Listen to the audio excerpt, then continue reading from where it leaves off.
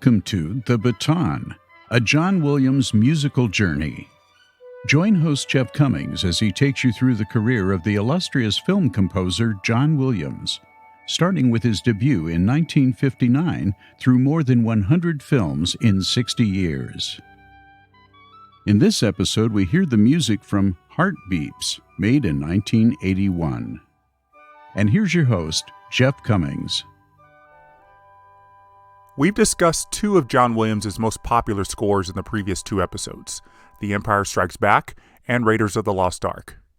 And almost right after those, he would give us the gift that is E.T. the Extraterrestrial.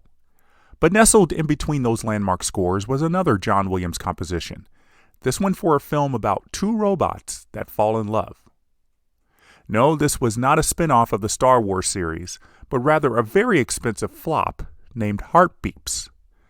Now, raise your hand if you have heard of this film. Well, of course, I can't see you, but I would imagine very few of you raised your hand. And if I asked you to raise your hand if you have not seen the film but know about the score, I would bet that even fewer would comply. Partly because the film flopped, and partly because it did not fit with the big orchestral scores of that time frame, the music to Heartbeeps did not get a commercial release when the film came out in 1981. Only in 2001 did the score get the chance to be heard away from the film, thanks to a limited edition CD release by Verisay Sarabande. I was lucky to get one of the 3,000 copies of the soundtrack, and it still sits in my CD library. As a film, I think Heartbeeps is not a complete disaster. It has some charms about it, most of them helped greatly by John Williams' music. I hope by the end of this episode you will be compelled to seek out the film and watch it, or at the very least find the full score and give it a listen. I watched Heartbeeps for the first time just before receiving the CD of the score in 2001, and I managed to catch it on TV back in 2010. And then I watched it in preparation for this episode, and all three times I never found watching the film to be a waste of time. The main problem with the film, I think, is that it's a bit too simple, and at the same time a bit too overdone. The film runs just 77 minutes, which makes me think that it would have worked better as a made-for-television movie. The script tries to cram a lot of subplots in those 77 minutes, leaving out some crucial character development that might have helped the movie. The director, Alan Arkush, had spent his early years in Hollywood in Roger Corman's B-movie studio factory before directing the absolutely terrible film Rock and Roll High School in 1979. If you haven't seen it, you can find a couple of clips online, including one featuring girls in a gym class singing the theme song and oddly not wearing bras under their gym clothes. I'm surprised anyone at Universal thought Arkush would be just fine for Heartbeeps, which the studio was banking on being a big hit. The film was produced by Michael Phillips, who had three big hits in a row in the 1970s: The Sting, Taxi Driver, and Close Encounters of the Third Kind. He worked on those films with his wife, Julia, who was dealing with drug addiction around the time of Close Encounters. Though Michael and Julia Phillips divorced in 1975, it seems like Julia's drug problem bled over into Michael's ability to get movies made. He stepped away from Hollywood for a few years, though I couldn't uncover exactly what he did from 1977 to 1980 when Heartbeeps fell into his lap. I'm sure Michael Phillips realized this was not going to be anything as good as his previous three hits, but at least he still seemed to have some power in Hollywood, calling on some of the top behind-the-scenes people to work on the movie. That included Stan Winston, who was one of the top makeup artists at the time, and was hired to make Andy Kaufman and Bernadette Peters look like robots. To me, Winston's work on Heartbeeps closely resembles the work he did making Nipsey Russell look like the Tin Man in The Wiz just 3 years earlier, with more updated prosthetics work employed in Heartbeeps. John Williams was another person Michael Phillips had the good fortune to know well, thanks to their collaboration on Close Encounters. After finishing his second summer season as conductor of the Boston Pops, Williams spent most of fall 1981 on Heartbeeps, recording the score over 4 days in November. And coming off the big orchestral spectacles of The Empire Strikes Back and Raiders of the Lost Ark, working with about 70 musicians on Heartbeeps was likely a welcome change. Those who know the score to Heartbeeps know that it relies heavily on the use of synthesizers, and 5 musicians performed on either synthesizers or electronic keyboards during the 4 scoring sessions. At the time, electronic music remained popular in film scores, despite Williams's subtle attempts to reverse that trend. You'll remember that Giorgio Moroder's electronic score to Midnight Express beat out Superman for the original score Oscar, and that disco was still hanging on with constant radio play. Williams did use synthesizers in Family Plot and The Fury, and with a brief moment of electronic music overlaid into a bit of The Empire Strikes Back. Heartbeeps was Williams' opportunity to try his hand at the trending musical flavor of the era, and based on what I hear in the music, he enjoyed taking on this subgenre. As we have encountered many times on this podcast, John Williams was never afraid to step outside the norm and work on a film that required a new approach to music composition. The score for Heartbeeps sounds like music Jerry Goldsmith might have composed for this film, but the melodic signatures of John Williams are still very apparent. This was a one-time deal that showed why Williams could have been a master at electronic scoring, if that was his inclination. Williams set up the tone of the score with what sounds like an electric guitar plucking out a melody with synthesizer accompaniment as we see the Universal Pictures logo. When the actual film starts, the keyboards bring out a wonderfully playful melody as we see the employees of a robot manufacturing plant taking the robot Val, played by Kaufman, to storage after being labeled defective.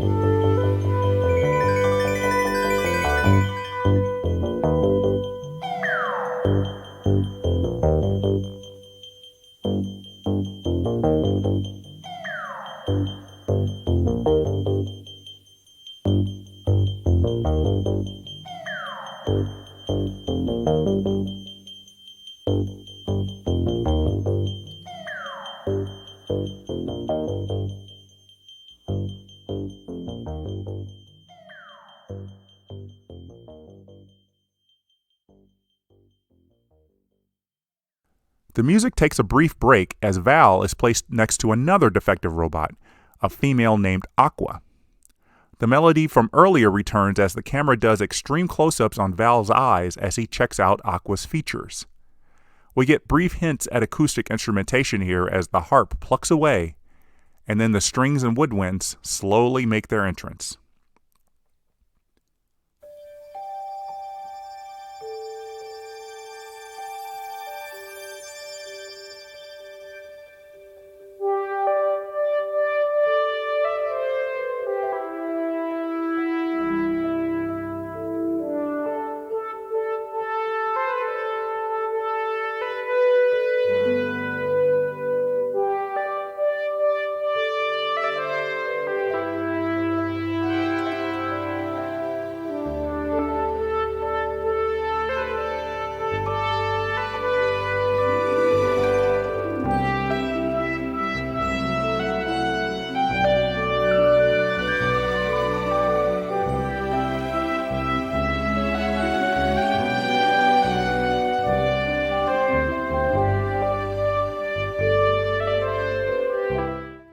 Then we return to familiar John Williams territory with about a minute left in the opening credits, as strings and horns introduce our love theme.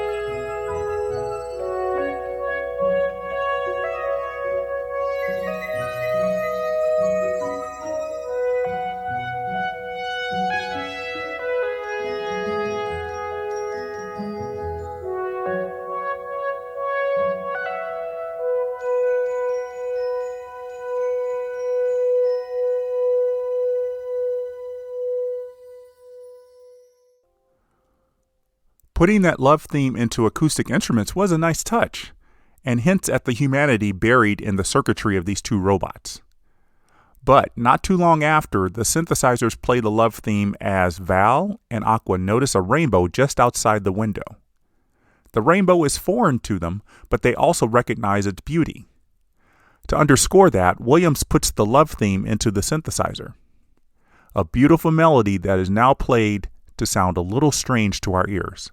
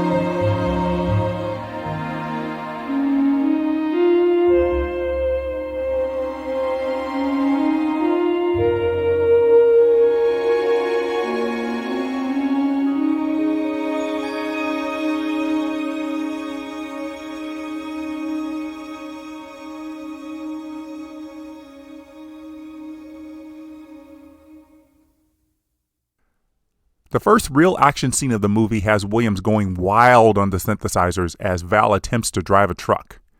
Of course, he can't drive, and the wild nature of the scene prompts Williams to give us what I call the adventure theme as they make their getaway.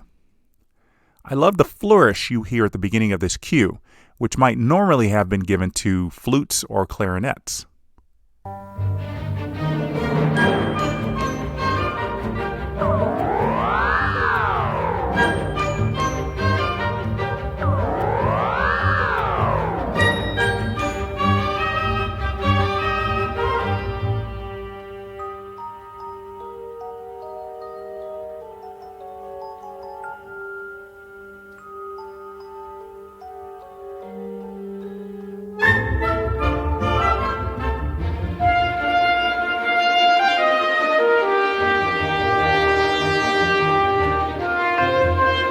As the men at the factory begin to realize the robots have escaped, we get a semi-authoritative statement in the cellos, basses, and oboes.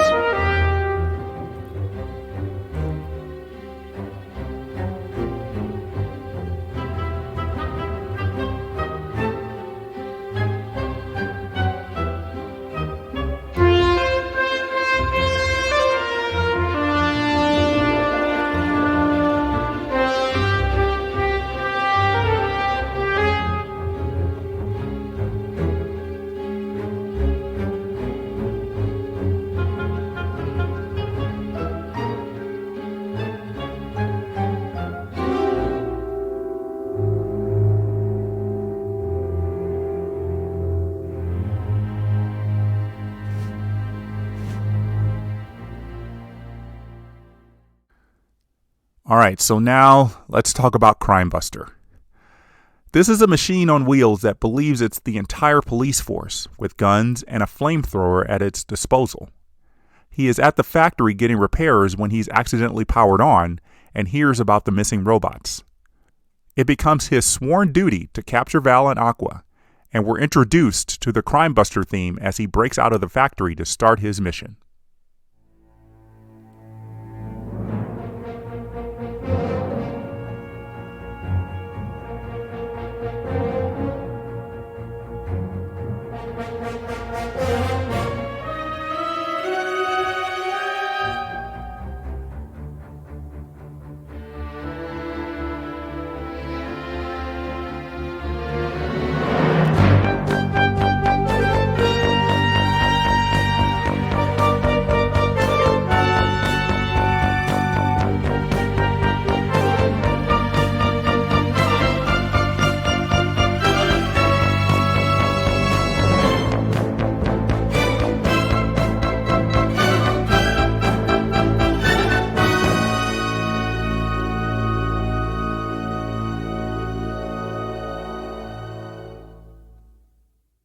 There isn't much harmonic variety in Crimebuster's theme. The pulse that plays first in the strings, then the synthesizers underneath the melody, keeps the music driving forward, touching a bit on the concept of the theme from Jaws without sounding too scary for the kids watching. I think it also feels like something John Williams would have composed for Darth Vader if the Star Wars series was a comedy. What's interesting about the score to Heartbeeps is that the Crimebuster theme is the only melody from the film to get a concert suite, a full-on 3.5 minutes of that theme developed and expanded for our listening pleasure on the CD. So after crashing the van into the woods, Val and Aqua decide to make a new robot to help them carry spare parts on their journey. This new robot is kind of their son, named Phil, and I've always liked his theme. It wasn't until I really began examining the theme for this episode that I noticed it's the only theme in the film that is not played on synthesizers or keyboards. For those who have issue with the use of electronic music in this score, perhaps this cue will soften your stance. Every section of the orchestra, except the brass, gets some prominence in this piece.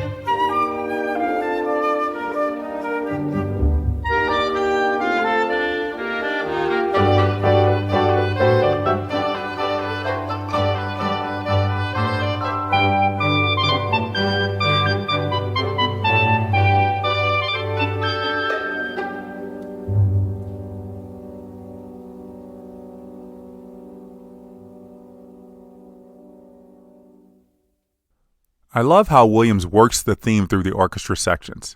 He's done this before, of course, and I think it's one of his best techniques. There's kind of a love scene in Heartbeeps as the robots take refuge in a cave at night. Val and Aqua begin to realize that they have feelings for each other, and this might be where most people find the film confusing. How could two robots that haven't shown much emotion about their surroundings suddenly profess their love for each other? I will give props to Andy Kaufman and Bernadette Peters, though. They kind of sell the scene. And right there to elevate the visuals is John Williams, who starts the scene with the love theme in the keyboards.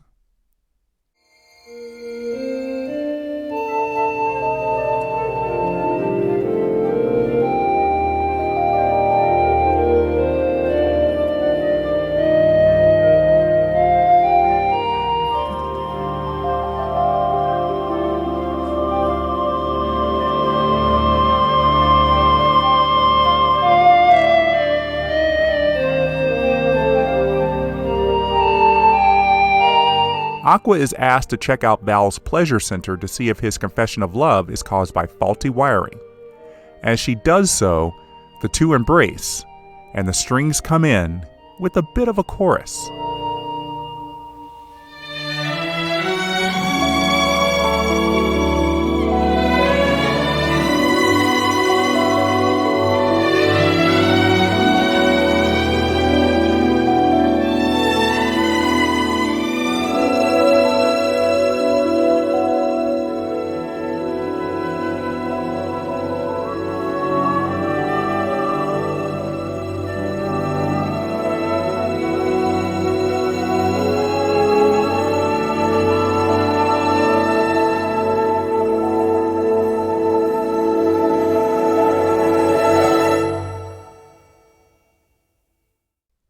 Wow, this is amazing. For the third consecutive movie, John Williams has to write music for a coitus interruptus scene. Well, at least he handles it well musically. So there's a lot that goes on for the next 30 minutes or so. Crimebuster crashes a party where the fugitive robots are hiding. The robots later encounter a junkyard where they find everything they need except power packs. And the only place they can get those power packs is back at the factory. Crimebuster has followed the robots to the junkyard, and there's a great brief moment as his shadow envelops the robots. It's another synth-free cue that could have fit in just about any other action film, and does a lot in just a few seconds to add tension to the moment.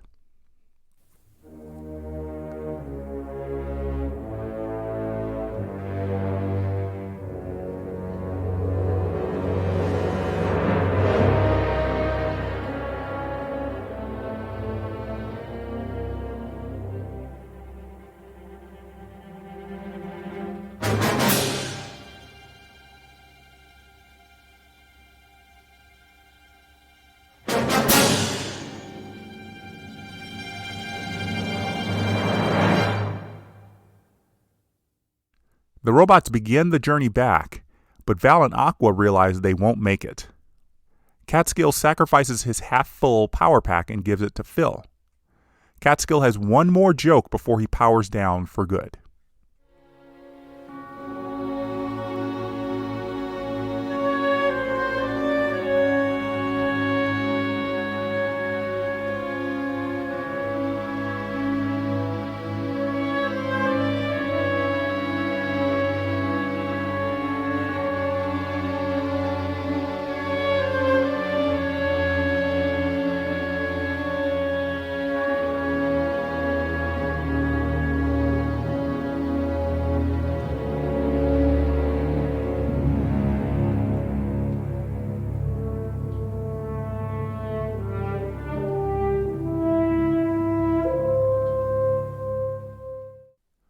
That was a nice send-off for Catskill, but not as moving as what is about to come. Aqua loses power, and Val follows before the two can talk about their feelings. The love theme comes in just as Val's power runs out.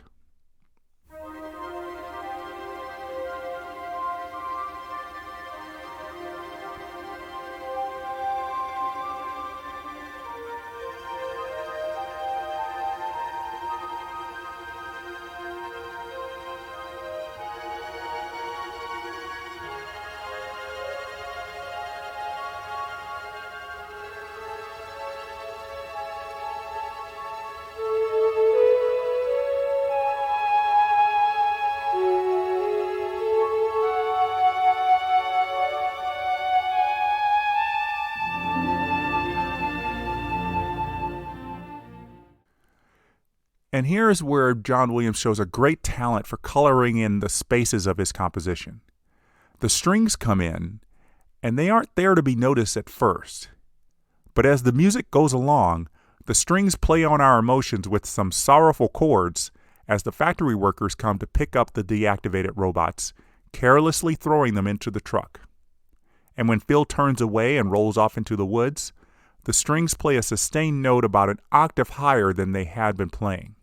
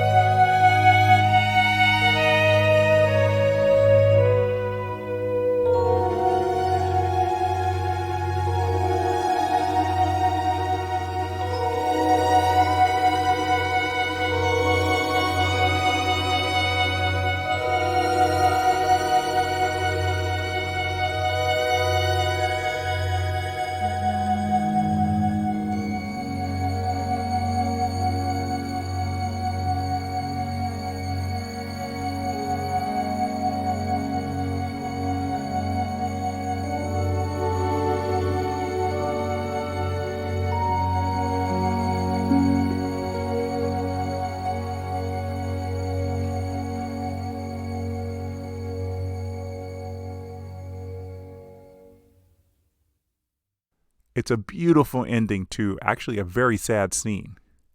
This is one of those musical moments that is greatly enhanced when you add in the visuals. We find out that Val and Aqua kept malfunctioning after their return to the factory. So, they were tossed as junk and revived with new parts by two humans and given their happy ending at the junkyard.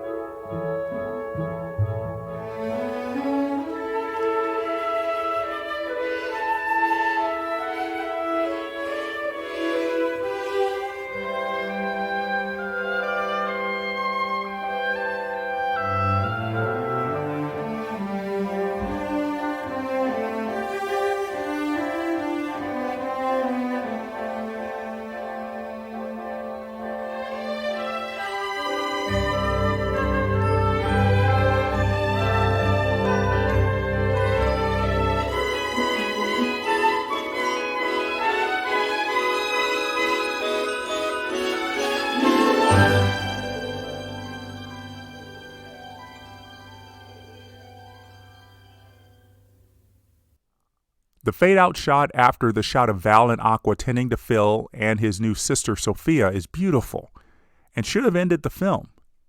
But no, we get Crimebuster back out on the case trying to find those robots because, as he says, Crimebuster always gets his man. And did we really need that? Why couldn't the filmmakers just send us off with a happy ending? I'm not going to play the Crimebuster theme that ends the film proper, but rather give you part of the end credits that reprises the opening credits music.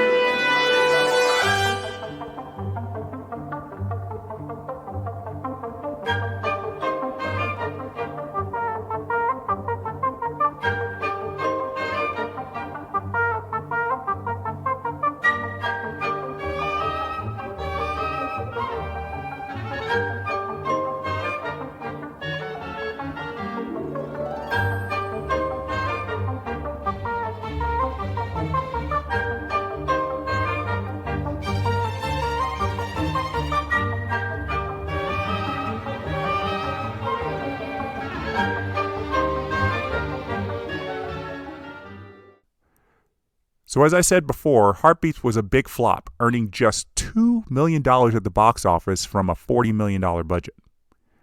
But pretty much everyone came away unscathed, except for Andy Kaufman. Heartbeeps was his only movie, and he died in 1984. He was so embarrassed about the failure of the film that he appeared on Late Night with David Letterman in November 1982 to apologize. For instance, I mean, even when the critics in general even put me down, there are many times I agree with them. They've always been fair. For example, when I made that movie Heartbeeps, and it got terrible reviews, and I rightfully so. It was a terrible movie. And I'm embarrassed that I was in it. And I just want to say about that is that I did not write it, direct it, produce it. I had nothing to do with it. I was hired to act in it, and because my name was up there, people think it was, oh, my movie. Well, I just want to say to my fans, if there are any out there, that I would like to personally apologize to each and every one of you for me being in that movie. And I mean, the people who worked with me in the movie, the director, producer, the writer, they were all very wonderful people. It just didn't come out right. The movie just did not come out right. And I want to apologize to all of you who saw my name and you went there because you wanted to see me in a movie and you were very disappointed. And it's the truth of the matter is I am right now working with my lawyer on a plan. I would love to be able to personally give back the money that all of you paid for your admission price. And I am right now working on a plan where I can legally do that out of my pocket, refund everybody's admission price back. Well, make sure you have change for a 20. This is true. Bernadette Peters had a successful movie out earlier in the year called Pennies from Heaven, and she won the Golden Globe for her performance. And if you know anything about Bernadette Peters, you know that she continued to have a great career, starring in the film musical version of Annie in 1982 and winning Tony Awards in 1985 and 1999. Alan Arkush continued to direct movies, including Caddyshack 2, but had a great future in TV after Heartbeeps. He directed episodes of such TV shows as Fame, Saint Elsewhere, Moonlighting, Ally McBeal, and Crossing Jordan. He won an Emmy for directing the TV movie about the singing group The Temptations. Heartbeeps got a little bit of notoriety in spring 1982 when it was nominated in the inaugural makeup category at the Academy Awards. It was just one of 2 nominees, and the winner was Rick Baker's work on An American Werewolf in London.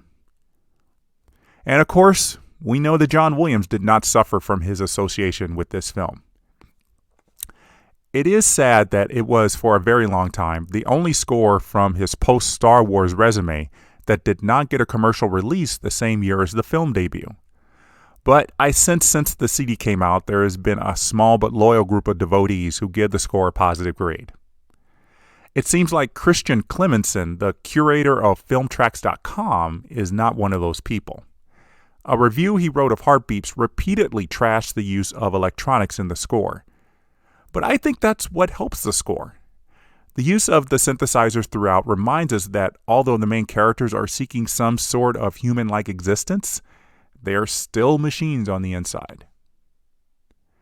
So again, I hope you will take the opportunity to listen to the full score of Heartbeeps and maybe even watch the film. It gave John Williams the opportunity to stretch his legs, as it were, after so many years of big, brash music to compose a quieter score that does what it can to elevate the movie's faults. Perhaps Williams has always wanted to distance himself from the film, but I don't think it's as bad as his stuff from the early 1960s, for example. So now that Williams got that out of his system, he was ready to get back to what he does best. And boy, was his next score one for the ages. E.T. the Extraterrestrial kicks off year 2 of the Baton, and I'm so excited about it. I'm looking forward to starting the second half of this podcast. And thanks to everybody who has been with me throughout this journey, especially those who have been here since the beginning in January 2019. And I hope you'll all stick around for what's to come. Until then, the baton is down.